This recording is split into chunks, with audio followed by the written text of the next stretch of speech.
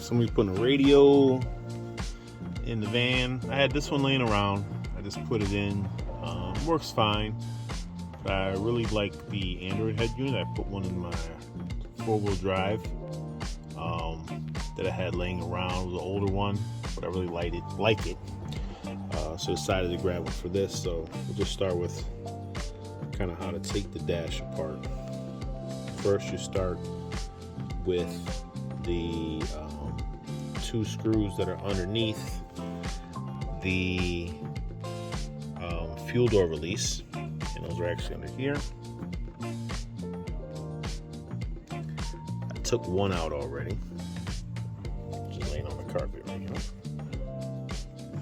So I'll go ahead and take the other one out. As you can see, it releases this, which is going to allow us to pull out the whole lower dash panel. And then there's one screw somewhere under here that will release the other side, and we can just pull that one out. Alright, so that should work. Give it a tug, and come right out. We'll just fish the line through here. We fish the fuel door release through there, and lower dash panel's out. It's important to get it out because there's one screw here holding the upper dash panel in. So it's kind of a hidden screw. So make sure you get the lower part out first. Alright, next we'll do the screws holding the dash, the upper panel in. So one here. Then there's 2 under here. 1, 2. And then there's one in the vent. So the right vent. Just roll it up. And where's it? Right there. Kind of hard to see, but you can see it's right there. So we'll take those screws out, and then we'll just be able to pull the dash panel out. Alright, make sure you lower your dash panel down all the way. I mean your steering column down all the way. That's going to allow you to slide the dash panel out. So as we pull out the dash, make sure we'll disconnect the switches. Alright, so on the Super Custom G I have here, I have to disconnect the hazard switch, the clock, and the 2 curtain switches. On my Super Custom Limited, you have to, there's a dimmer switch on this side. Of course, once I get this dash out, I'm going to see if I can add a dimmer switch to this analog dash, because currently it does not have a dimmer switch. So I'll just start out, kind of give it a tug. As you can see, it just comes right out. We'll just work our way around and until we get all the way out. Alright, now you'll have access to the screws, the brackets. So as you can see, it was missing. They actually busted off a screw in this hole from whatever was done previous. So I was only able to use one screw here. And then with this radio, I wasn't able to get the other screw in, but hopefully on this install I'll be able to put that screw back in. But it's you know, it's solid, it's in place, and it doesn't move around at all with just the 2 screws. So I will now remove the old radio. And as you can see, in probably easily under 10 minutes, I was able to get the whole dash and radio out. So I've seen, right now I've had 3 JDM vehicles, sold my Subaru actually to get this 2-wheel drive. So when doing the radio installs, I've noticed that there's a lot of additional wiring behind here for a lot of stuff that we don't have here. I actually removed a couple of things off the dash, like the toll paths. There was like a radar detector up there. And there was wiring all over the van for that stuff. So I took a lot of that stuff out and kind of cleaned up some wiring. And this one isn't too bad in here, but there is you see some Scotch locks down there and stuff. And there's even some RCAs from the old radio, which had a DVD player. Eventually I'll clean all that stuff out because, you know, with the new head unit, none of that's needed. And I will be adding the backup camera, which would be real nice. But for now, you know, it just uses the two standard plugs, the Toyota plugs. You can see the two white plugs there.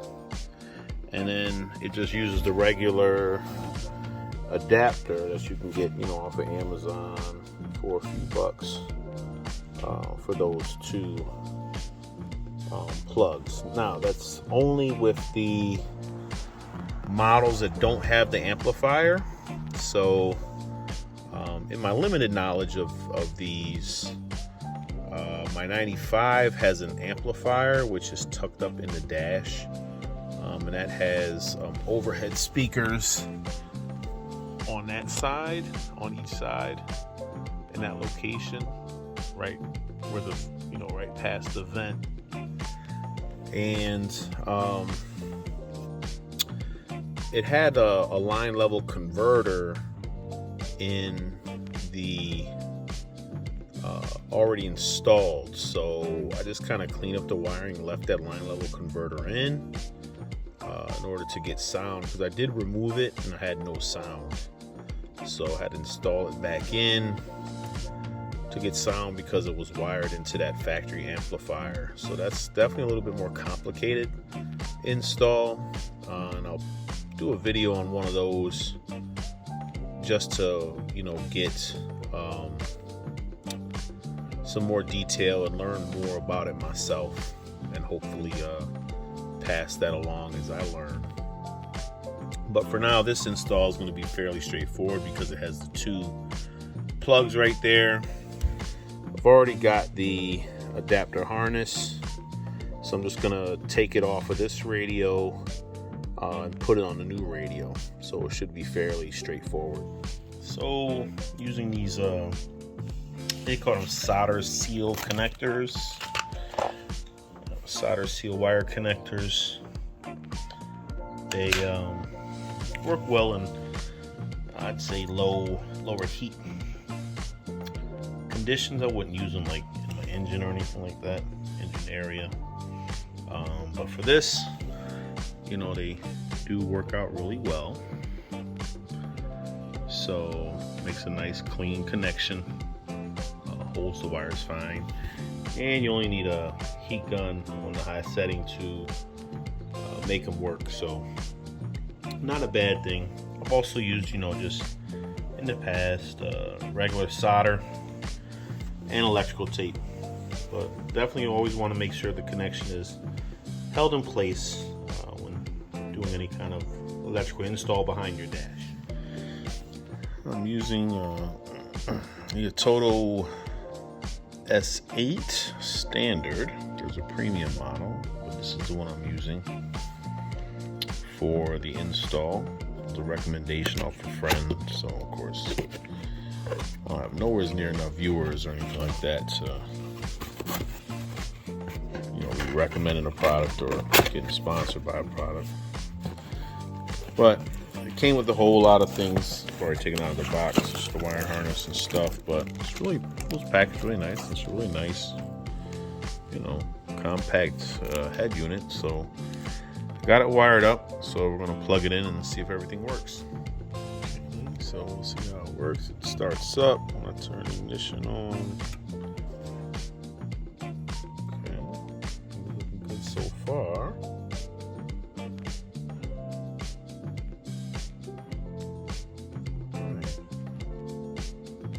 Screen. So everything powers up okay. Check my radio. I just plugged in the harness and the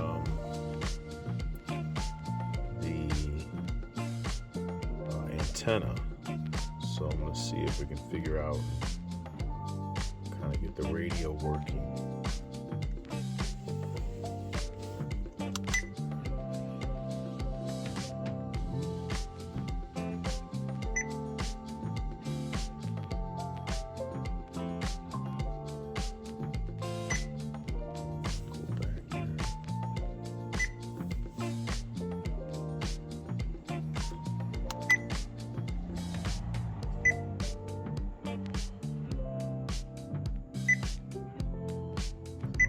that beep? That's annoying. Radio.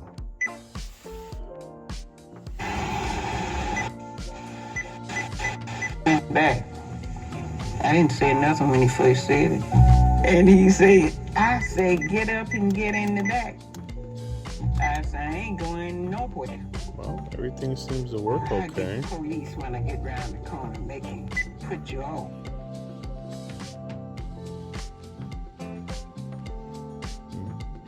Kind of doesn't seem to be working too well. Hours in left, McKenna at center, Cordero in right. The 1-0 offering, foul back. One ball and one strike. All speakers work well. On to the next step. So I'm gonna clean up the wiring. Spring appearance. And then let's see if he can go 6 games without allowing a run. The 1-1 get it back installed in a dash. Deep left field. So far finagling, but this is kind of how the bracket's set up for the Hiace. See, one is forward and one is flip reverse, so that it will sit in the dash flush. This is using their brackets. You might be able to. I didn't try it because actually this fan didn't come with the original brackets. Had an aftermarket bracket in it, so I might have to use the aftermarket bracket to get it to work. And it sits fine. I put it in. It sits nice and level and flush. So see, the gap is even. I just have to screw it in.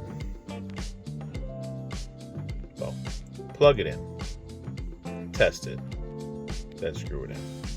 And what I did for the phone link and external USB link, I just drilled a hole through the top of the little cubby, and that way I can kind of just tuck those away. They're not in use. Close that. If I need to charge, which is nice, I can just pull that out to charge the phone, which will, be on the bracket, sitting right about there. So at least that's my plan. All right, so I've been finagling with the fitment. I first put the dash in. The head unit was sticking a little bit past the heater controls, the edge. So what I did was, a couple tries later, just make sure that that's flush, the face of the head unit flush with the heater controls, and then the dash will snap back into place properly. Just a little tip for anybody looking to install this type of radio in a Hiace specifically. The Android Auto is actually wireless as well. Real simple to hook up. Really just paired it with the Bluetooth and it automatically picked it up. It's not playing right now because I'm recording video on my phone. So, but really nice head unit. No complaints. So this is the finished unit installed. Looks really nice behind the dash. Fits nice and flush. Everything back together. This head unit was like $279, I think, Amazon. Does everything well, connects wirelessly, as well as through the USB link. Again, I'll put that in there, which definitely helped me charge on long road trips. The Google Maps is nice. So, nice head unit. Don't have any particular allegiances to any particular brand, but really just an install video. I hope that helps to anybody that has a Hiace looking to do either any kind of radio, really, as far as taking the dash apart, wiring it in, and so forth. Again, I'm going to do another video where I'm working on the Super Custom Limited, which has the factory amp, and that's a whole other animal right there. But hopefully this helps.